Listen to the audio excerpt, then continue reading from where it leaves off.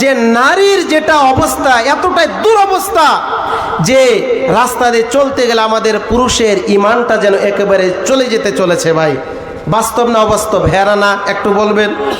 আমাদের ইমানটা মনে হয় একেবারে চলে যাবে। রাস্তাঘাটে দেখবেন, বাজার ঘাটে মহিলাদের এতটাই ভিড়, কারণ মহিলারা বাজার করতে পারবে, মার্কেট করতে পারবে, শপিং করতে পারবে, প্রয়োজন পরিপক্ষটে এতটাই দরকার পড়ে গেছে। বাড়িতে তার বেটা নেই, তার স্বামী নেই, তার কিনা ভাই নেই, তার কিনা আপন কিনা ভাই নাই, আপন ভাতিজা নাই, আপন ভাগিনা নাই। তো এমন সময়, এমন সিচুয়েশনের মধ্যে একজন নারী বাজারে গিয়ে, দোকানে গিয়ে খরচ করতে পারে, এ বিষয়ে দলিল আছে, পরে বলছি। তো বর্তমান যুগে নারীদের এমনটাই ভয়ঙ্কর অবস্থা। বোরকা তো পরছি, কিন্তু আমাদের মুখটা কেন উলঙ্গ। নাইটি তো পরছি, কিন্তু আমাদের মাথা কেন ফাঁকা, মাথা ফাঁকাতে চলছি। কাপড় পরিধান করছি, কিন্তু একেবারে নগ্ন পোশাক, একেবারে শর্ট, একেবারে একদম মানে এমন পোশাক পরিধান করছি যে পুরুষ দেখলেই তার পুরো দেহটাই যেন একদম নজর করে, যেন একদম কম্পিউটারের মতো যেন হিসাব করে ফেলে মেয়েটা কোন জাতি মেয়ে। হ্যাঁ না? বাস্তব কথা বলছি।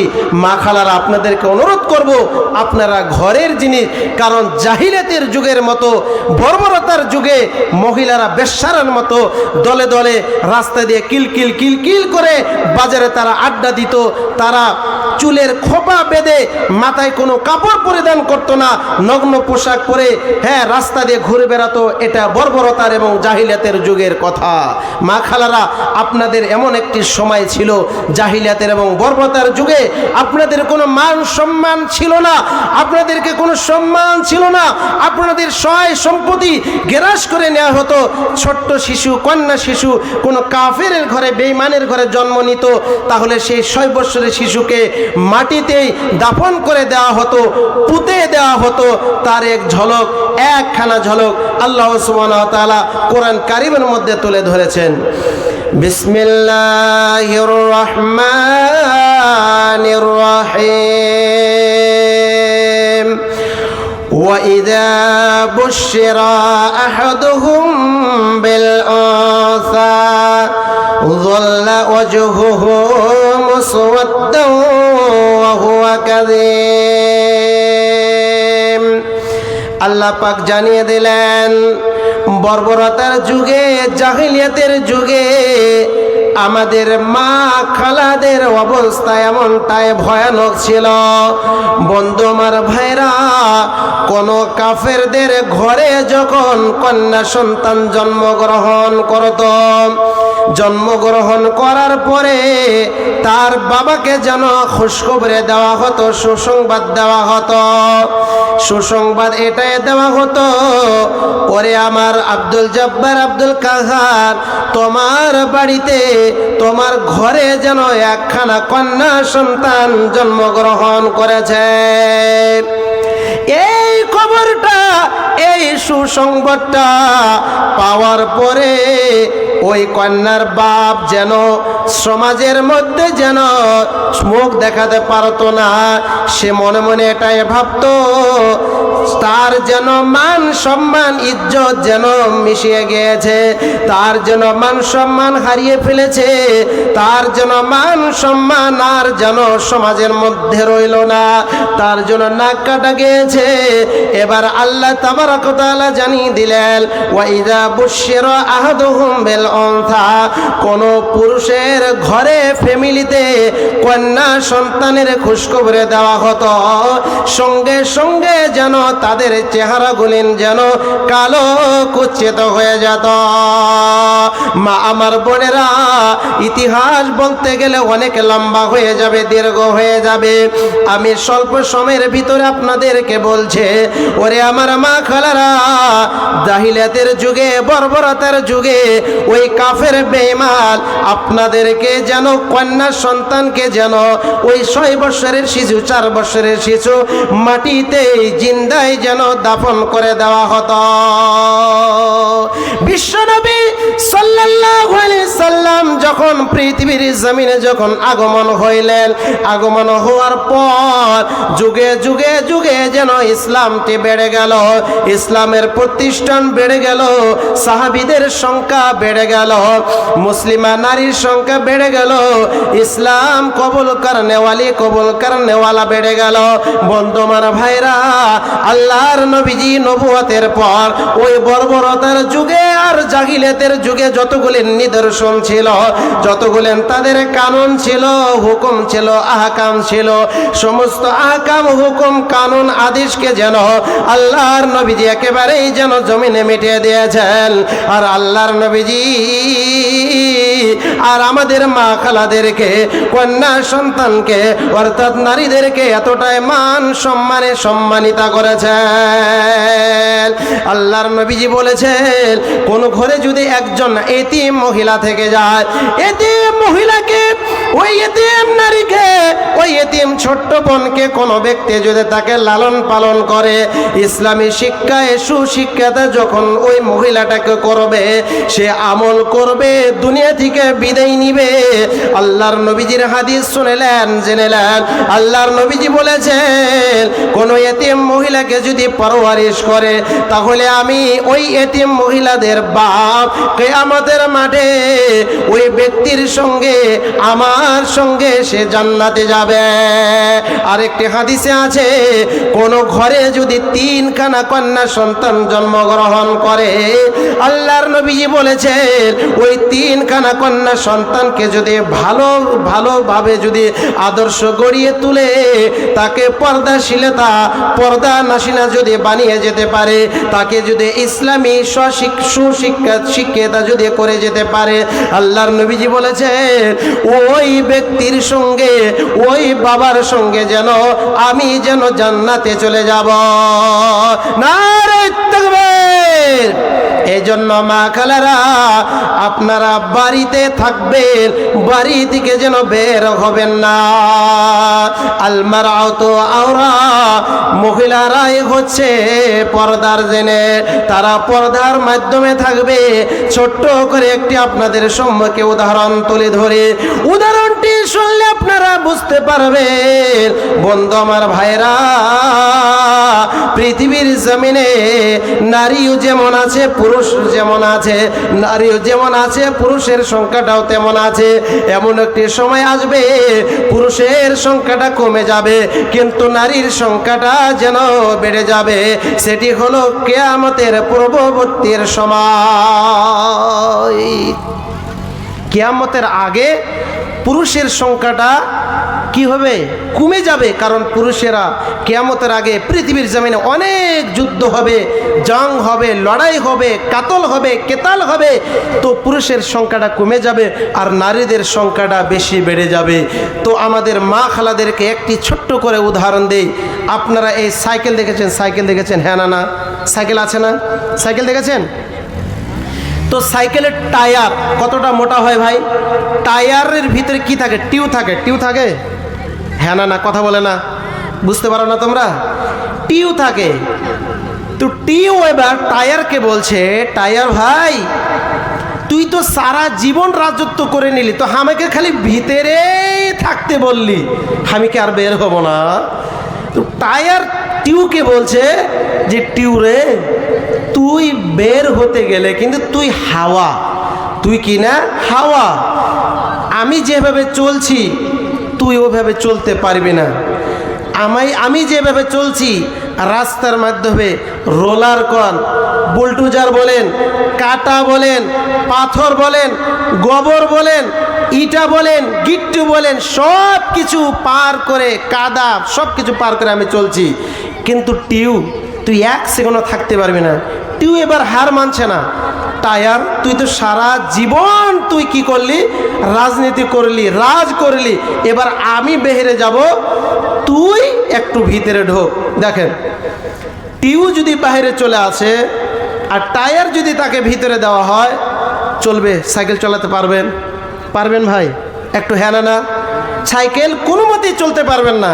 কারণ টিউটা মেকানিক কোম্পানি এমনভাবে বানিয়েছে টিউ ভিতরে থাকবে, আর টায়ারটা হলো মোটা করে বানিয়েছেন, টায়ারটা কি করবে উপরে থাকবে, বাহিরে থাকবে, বাহিরে চলাচল করবে।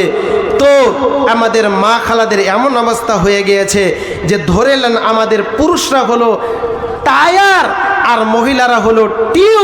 আজকে মহিলারা যদি বাহিরে বের হয় আর আমাদের যুবক ভাইরা যদি তাদেরকে দেখে ফেলে বেগানা পুরুষ, যেটা তার আপন ভাতিজা নয়, যেটা তার আপন ভাগিনা নয়, যেটা তার আপন বেটা নয়, যেটা তার আপন স্বামী নয়, কিনা আপনার জামাই নয়, তাহলে যেটা তার আপন বাপ নয়, এগুলো ছাড়া যদি কোনো ভিন পুরুষ বেগানা পুরুষ যদি তাকে দেখে ফেলে, তাহলে দেখেন অঙ্কটা মিলান সেই মহিলাটার অবস্থা কি হতে পারে ভাই।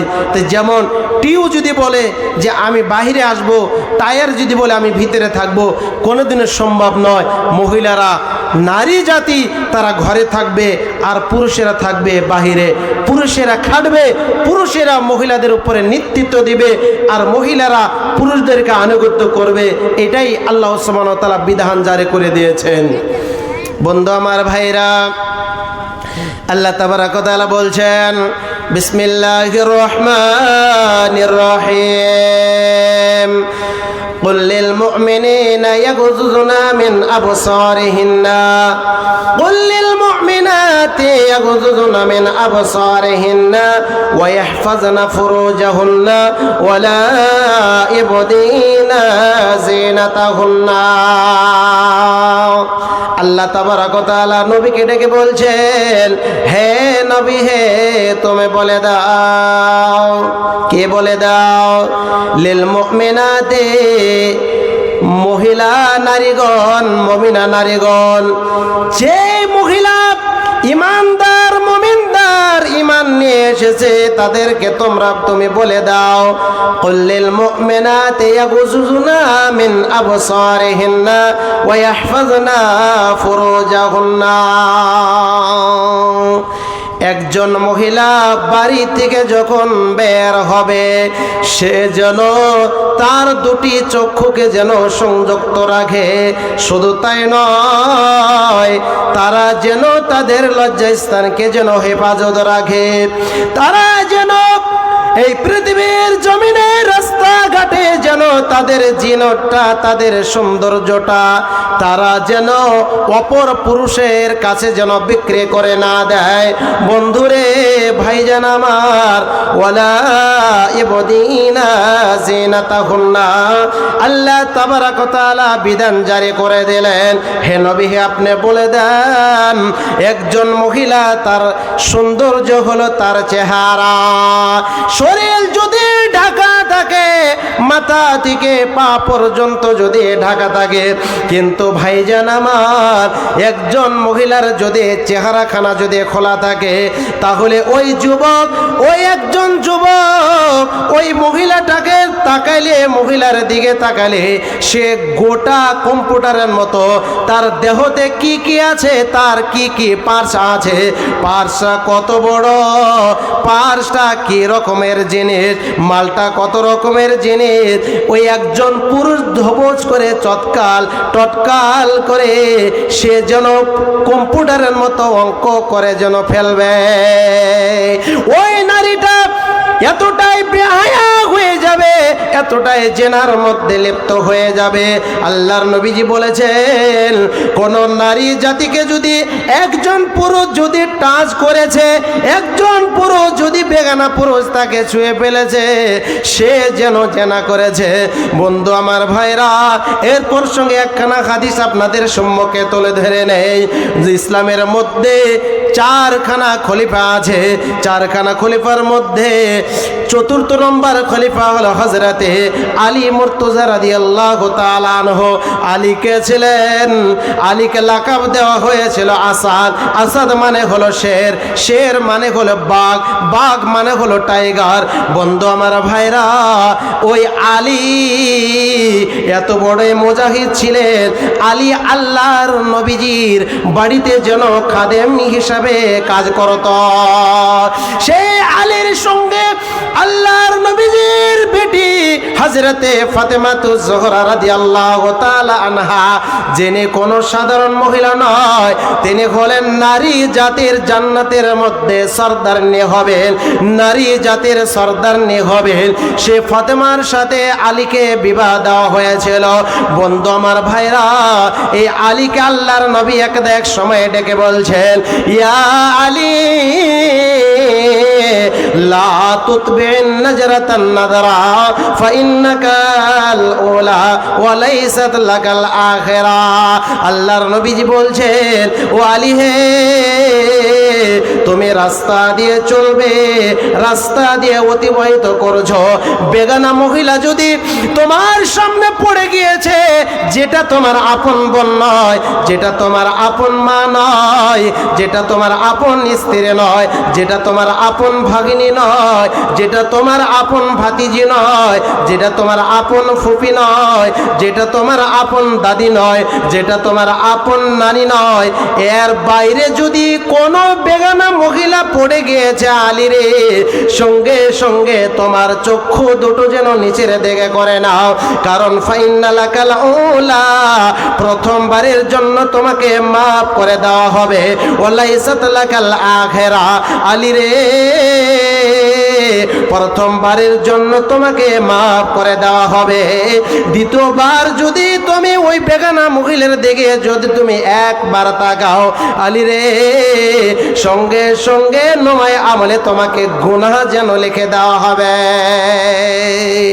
দেখেন আলী রাদিয়াল্লাহু তাআলা কত পরহেজগার ছিলেন, সাহাবী, তিনি জান্নাত সাহাবী, জান্নাতে যাওয়ার ডিক্লেয়ার, জান্নাতের সার্টিফিকেট দুনিয়ার মধ্যে পেয়ে গিয়েছেন আলী মুর্তজা রাদিয়াল্লাহু তাআলা আনহু। সেই সাহাবীকে আল্লাহর নবীর বেটি তার সঙ্গে বিবাহ দিয়েছেন। তাহলে কি হলো? দামাদ হলো, জামাই হলো কিনা? বেটি বিবাহ দেওয়ার পর তাকে কি বলবেন? জামাই বলছেন, জামাই। তো জামাইকে, যে জামাই নাকি, যে দামাদ নাকি পৃথিবীর জমিনে জান্নাতের সার্টিফিকেট পাওয়ার পরেও, জান্নাতের সার্টিফিকেট পাওয়ার সত্ত্বেও আল্লাহর নবীজি এমন কঠিনভাবে, কঠিন জুমলাতে তাকে, কঠিন ব্যাখ্যাভাবে জুমলাতে আল্লাহর নবীজি তাকে ইঙ্গিত করে ইশারা করে বলেছেন, আলী তুমি রাস্তা দিয়ে যখন চলবে, বেগানা মহিলা যদি পড়ে গিয়েছে, তাহলে সঙ্গে সঙ্গে তোমার চক্ষু দুটি দৃষ্টি তুমি নিচের দিকে করে নাও, তুমি আর দ্বিতীয়বার দেখিও না, প্রথমবারের জন্য তোমাকে মাফ করে দেওয়া হবে, দ্বিতীয়বার যদি তুমি তাকাও তাহলে তোমাকে মাফ করে দেওয়া হবে না। বর্তমান লিয়েলেন আমাদের সিচুয়েশনটা, বর্তমান যুবক ভাইরা, কিছু বলেন যুবক ভাইরা আছে কালে মেয়েদেরকে দেখার জন্য রাস্তাতে দাঁড়িয়ে থাকে। হ্যাঁ না, বাস্তব কথা বলছি। যে মেয়েটা সেজে গুজে আসবে, একদম চুল ছেড়ে দিয়ে, একদম শ্যাম্পু দিয়ে, একদম পাখর ক্রিম, একদম কিনা আপনার কিনা আইবুড়ো মাস্কারা যত আছে, লিপস্টিক একদম ঠোঁটের মধ্যে লাগে, একদম লাল শাড়ি পরে, একদম ডেঞ্জারাস, একদম এমন করে আসবে, আর পুরুষের একদম লাল কেরা থাকবে যে মালটা যাচ্ছে, কবে না দিলের ভিতরে কইছে না। তো এগুলো করা যাবে না। আর মা খালাদেরকে আমি বলবো, আপনারা পর্দার জিনিস, আপনারা ঘরের ভিতরে থাকবেন, পর্দা করবেন। এবার অপর আয়াতে আল্লাহ সুবহানাহু ওয়া তাআলা সেম সূরাতুন নূর 30-এর মধ্যে আল্লাহ সুবহানাহু ওয়া তাআলা বলছেন, এবার পুরুষদেরকে বলছেন, হে পুরুষ, তোমরা রাস্তা দিয়ে দাঁড়িয়ে দাঁড়িয়ে মেয়েকে দেখছো। এবার দেখেন আল্লাহ তাবারক তাআলা পুরুষদেরকে কি বলছেন। আল্লাহ তাবারক তাআলা বলছেন, বিসমিল্লাহির রহমানির রহিম, قل للمؤمنين يغضوا من أبصارهم ويحفظوا فروجهم।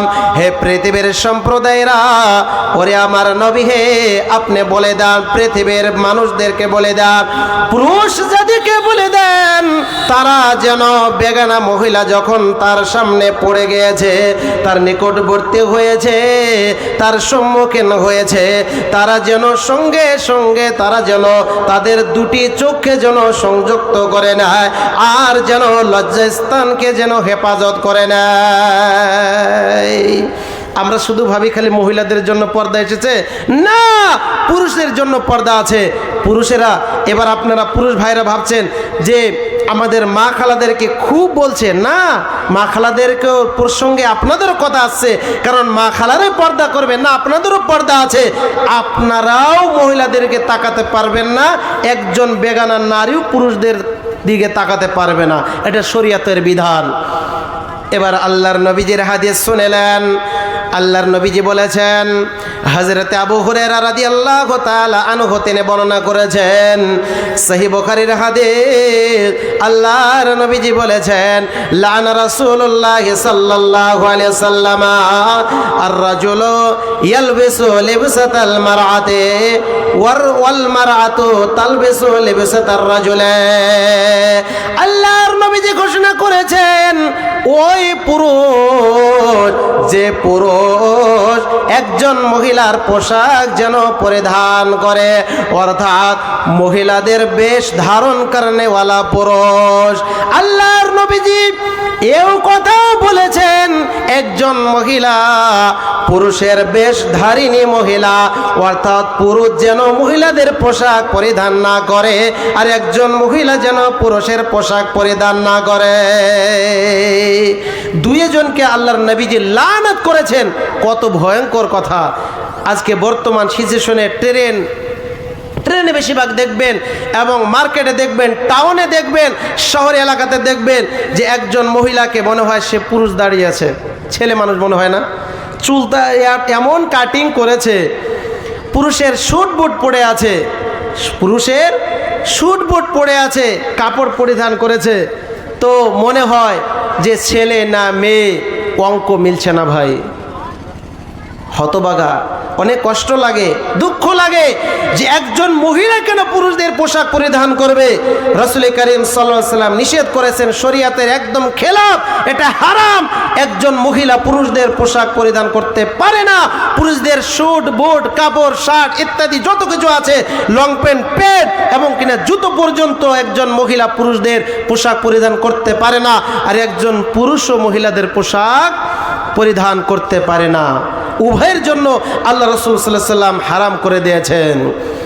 আরেকটি হাদিস আপনাদের সম্মুখে তুলে ধরে নেই। আল্লাহর নবীজি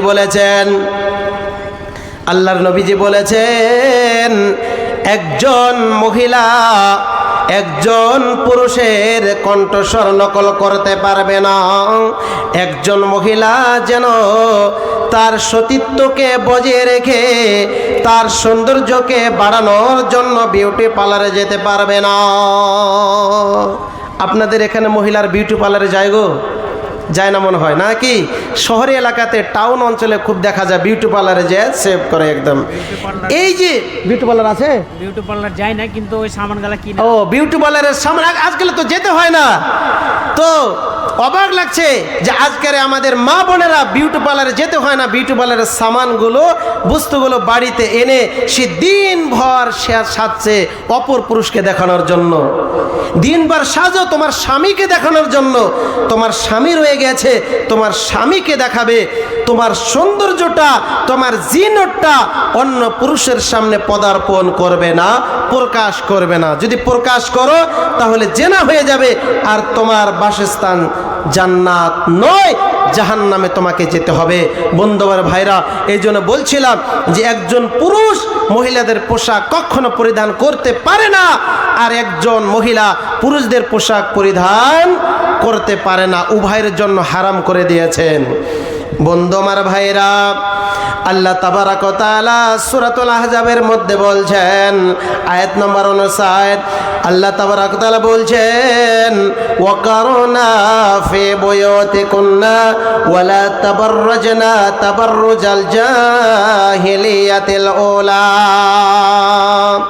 হে পৃথিবীর নারীরা, হে পৃথিবীর মহিলারা, ওরে আমার মা খালারা, ওরে আমার মহামারী নিবাসীর মা খালারা, ভালো করে শুনবেন। আপনাদেরকে এই আয়াতের মধ্যে আল্লাহ তাবারাক ওয়া তাআলা ইশারা করেছেন, ইঙ্গিত করেছেন, জাহিলিয়াতের যুগের মতো, বর্বরতার যুগের মতো চুলকে ছেড়ে দিয়ে খোপা বেঁধে হালকা পোশাক পরিধান করে বেশ্যারার মতো, বেহায়ার মতো, বেপানা হয়ে রাস্তা দিয়ে তোমরা ঘুরে বেড়াও না।